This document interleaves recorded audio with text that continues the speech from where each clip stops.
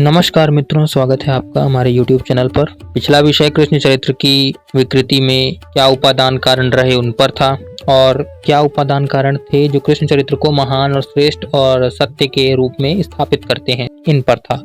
आज का हमारा विषय क्या पुराण विश्वसनीय हैं, इन पर है। तो आइए शुरू करते हैं। आप सभी को मालूम है कि महाभारत के अतिरिक्त कृष्ण चरित्र का ज्ञान प्राप्त करने में सहायक इनके परिशिष्ट हरिवंश और कुछ पुराण हैं। इनकी स्थिति महाभारत से भिन्न है। पुराणों के रचना काल तक अवतारवाद का सिद्धांत हिंदू धर्म का एक अभिन्न अंग बन चुका था, यानी अविभाज्य रूप से अंग बन गया और अब इसे तोड़ना असंभव सा प्रतीत होता रहा। अतः इन ग्रंथों में कृष्ण का उल्लेख एक आदर्श महापुरुष के रूप में न होकर विष्णु के अवतार के रूप में हुआ है। सामान्यतया कृष्ण चरित्र का उल्लेख ब्रह्म पुराण, विष्णु पुराण, वायु भागवत, ब्रह्म वैवर्त, स्कंद वामन और कूर्म इन 9 पुराणों में हुआ है, किंतु जैसा विस्तार ब्रह्म, विष्णु और भागवत और ब्रह्म वैवर्त में है, वैसा अन्य अवशिष्ट पुराणों में नहीं मिलता। इन पौराणिक वर्णनों में न तो महाभारत के कृष्ण की राजनैतिक विचक्षणता के ही दर्शन होते हैं और न उनकी चारित्रिक महत्ता, ओजस्विता एवं उदात्तता के। पुराणकारों की दृष्टि में कृष्ण की राजनैतिक चातुरी का मूल्य नितांत स्वल्प है। वे इनकी श्रृंगार लीलाओं के चित्रण की ओर ही विशेष रूप से उन्मुख हुए हैं। भागवत और ब्रह्म वैवर्त में यह प्रवृत्ति विशेष रूप से दिखाई पड़ती है। अतः कृष्ण चरित्र की मौलिकता को नष्ट करने में अभिनव श्रृंगारी रूप देने का दायित्व भी पुराणों पर ही है। वैष्णव पांचरात्र संप्रदायों के उदय होने पर भारत के कृष्ण पूजा का प्रचलन हुआ और वासुदेव कृष्ण को लोकोत्तर स्वरूप देने के लिए ही भागवत आदि वैष्णव पुराणों की रचना हुई। पुराणों का रचना काल अधिक प्राचीन नहीं है, इसे अर्वाचीन ही समझें। ब्राह्मण धर्म के जिस अवतारवाद की प्रतिष्ठा हुई है उसका मूल जैन तीर्थंकरों और बौद्ध मत के मान्य बोधिसत्वों में देखा जा सकता है। सभी पौरसत्व और पाश्चात्य विद्वान इस बात से सहमत हैं कि प्रचलित 18 पुराणों की रचना गुप्त काल के आसपास हुई है, ऐतिहासिक है। प्राचीन ऋषि मुनियों के नाम पर इन पुराणों की रचना मध्यकाल में हुई। इस तथ्य की पुष्टि ऋषि दनन्य निम्न रूप से कथन से होती है। राजा भोज प्रणीत संजीवनी इतिहास में साक्षी में उन्होंने लिखा है, राजा भोज के राज्य में व्यास जी के नाम से मार्कंडे और शिव पुराण किसी ने बनाकर खड़ा किया था। उसका समाचार राजा भोज की विदित होने से उन पंडितों को दंड दिया गया। उनसे कहा कि कोई जो काव्य आदि ग्रंथ बनावे तो अपने नाम से बनावे, ऋषि मुनियों के नाम से नहीं। ठीक है। वस्तुतः पुराण नामधारी इन ग्रंथों की रचना न तो एक समय में हुई और न ही एक व्यक्ति के द्वारा। अतः अष्टादश पुराणों को व्यासकृत कहना एक साहस मात्र है।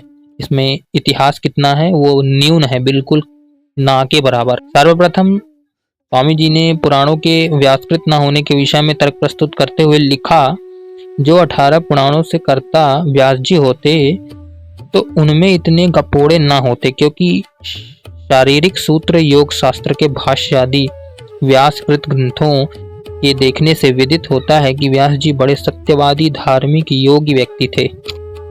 वे ऐसी मिथ्या कथा कभी न लिखते और वेद शास्त्र विरुद्ध असत्यवाद लिखना व्यास सदृश विद्वानों का काम नहीं है।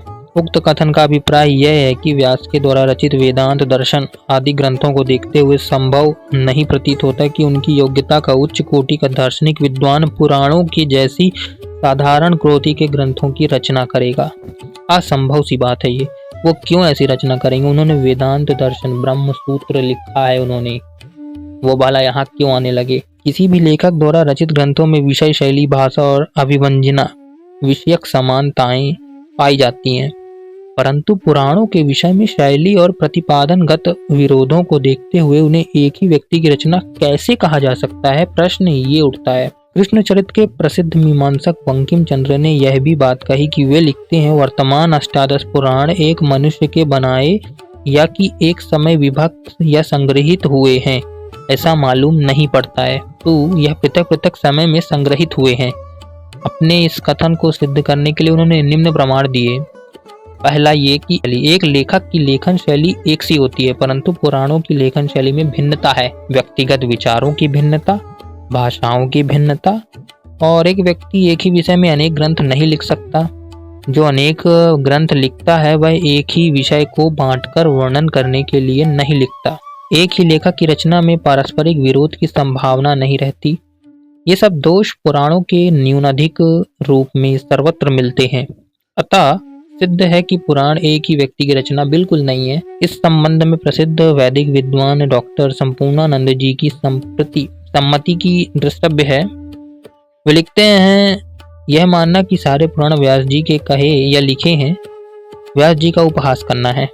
उनको ऐसी छोटी बातों के लिए जो श्रुति तर्क और इतिहास के विरुद्ध बन जाती हैं, उनको इसका दायी मानना बिल्कुल अन्याय है। उत्तरदायी उन्हें इसका नहीं मानना चाहिए, बिल्कुल गलत है। पुराणों का अंतः साक्ष्य बतलाना है कि वह न तो एक समय में बने हैं, न ही एक व्यक्ति द्वारा उनका रचना काल हुआ है। इसका यह अर्थ नहीं है कि प्राचीन काल में पुराण संज्ञा वाले किन्हीं ग्रंथों का अस्तित्व ही नहीं था।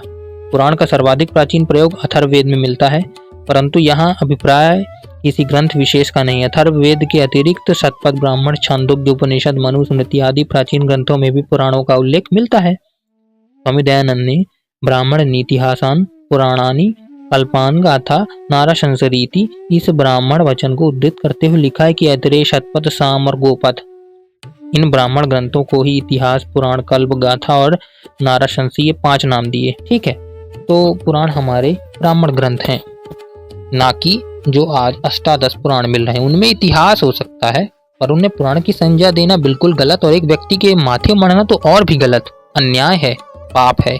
अस्तु, ऐसा करना बिल्कुल गलत है। उनकी पहली रचना वेदांत दर्शन है, उसे पढ़िए और फिर उससे अंदाजा लगाइए कि उनका व्यक्तित्व और उनका चरित्र और चेतना का विकास और स्तर क्या है। उसके पश्चात निर्णय करिए कि कहना क्या चाहते हैं आप। स्वामी जी के ही मत का समर्थन करते हुए लिखा है, पुराण का अर्थ पहले ही पुरातन था, यानी पुराना।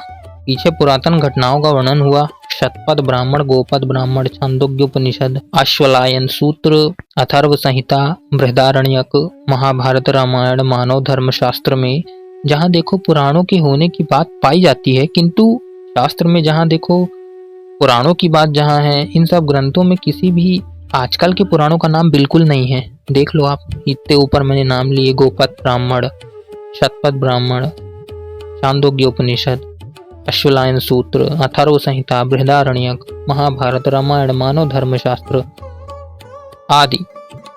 पंकिम के मतानुसार शायद व्यास ने कोई मूल पुराण संहिता बनाई थी, उसका अध्ययन उसने अपने शिष्यों को कराया था, परंतु आज वह प्राप्त नहीं है। कालांतर में आधुनिक 18 पुराण ही व्यास के नाम पर प्रसिद्ध हो गए। वर्तमान में उपलब्ध पुराणों की नवीनता अनेक प्रमाणों से सिद्ध की जा सकती है।